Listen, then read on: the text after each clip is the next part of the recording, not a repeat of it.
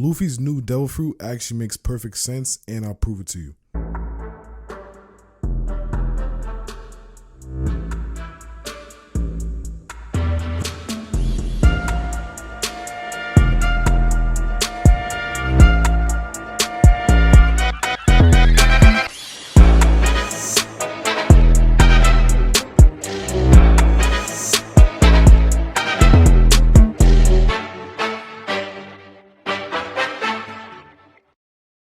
So Luffy being a mythical zone, right? It actually makes perfect sense because in chapter 1044, the Gorosei confirm that zone devil fruits have a will of their own.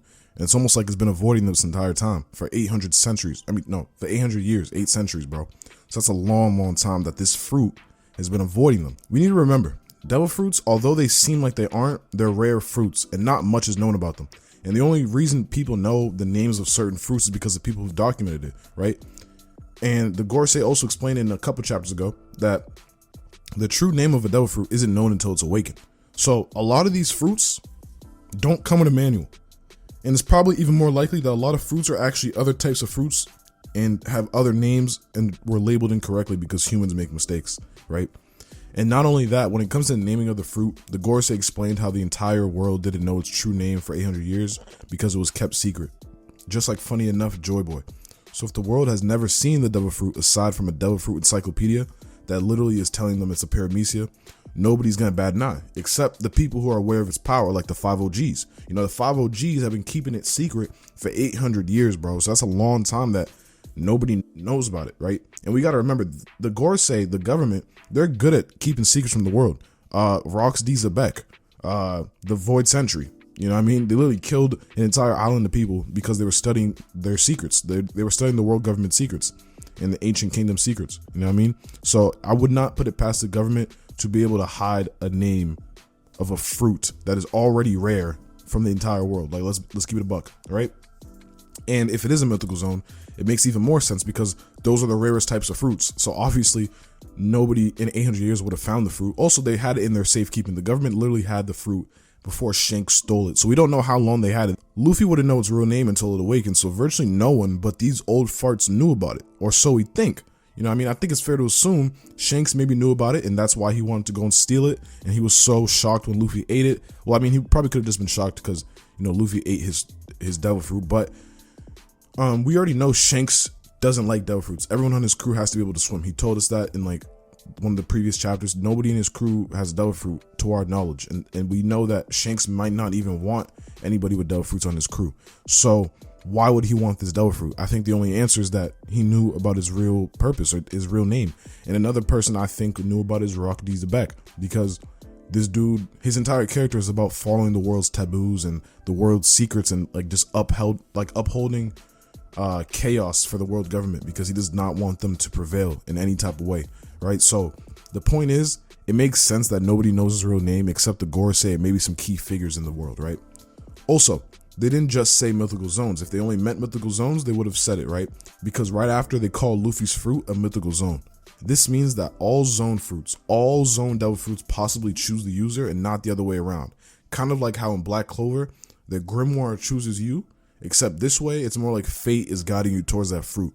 And like, basically, the way I see it is these fruits not only avoid people who aren't worthy of them, but they flock to the people who they think are most worthy. And I got some examples, right?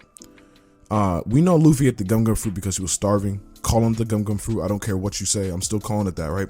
Yamato ate her devil fruit because she was starving. And even Momo, the fat bastard, ate his devil fruit because he was starving.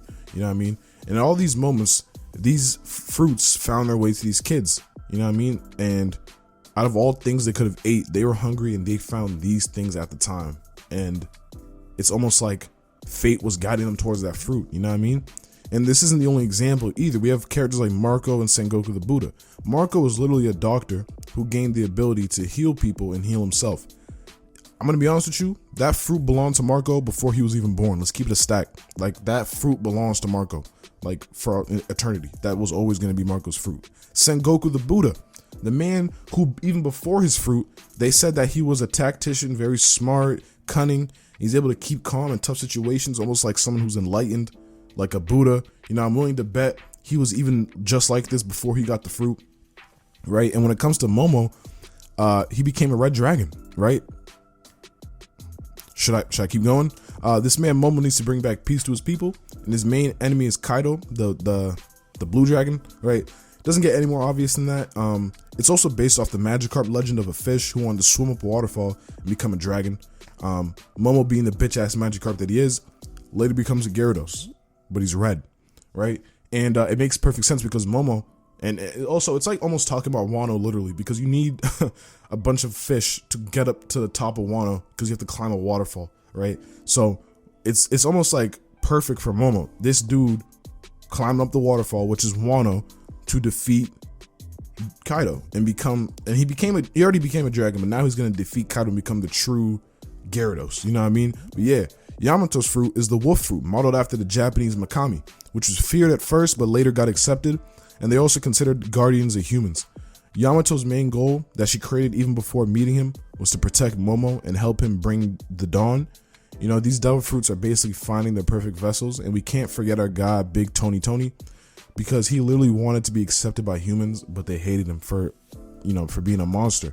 And point is, Chopper at first wanted to be accepted, and he gains a literal human fruit, right? And I don't even think it has a model. I think it's just literally the human fruit, right? So it also makes me think, if these fruits have a will of their own, who is Chopper's fruit from? Like, I don't know. This is a weird theory I'm having, because if zone fruits are based off of, if they have a will of their own, that means they could have been created off of real life beings and creatures, right? But I don't know. That part's a little shaky. We need more information on that. But yeah, when it comes to Luffy, right, we know that he's based off Sun God Nika, who's also based off Joy Boy, who's also based off the real Joy Boy. Try and say that 3 times fast. They all do the same thing, including Luffy, right? They bring laughter and smile to people's lips. Every arc, Luffy goes and frees people. He goes and makes them smile. Skypiea, Alabasta, Dressrosa, Whole Cake. He had to fight against the top commander, and that top commander almost felt like he was imprisoned by his mother, because his mother is such a bad leader. She kills her kids. She doesn't look after her kids the way Katakuri does. And he literally asked Luffy if he'll come back and defeat Big Mom and he'll be Pirate King. And he said, yeah, because Luffy has this ability, like Mihawk said, to bring people towards him, right? To bring people towards him and make them follow his lead, because he's just such a charismatic person. You know what I mean? It's because he brings laughter and joy to people's lips, bro. He's Joy Boy. You know what I mean?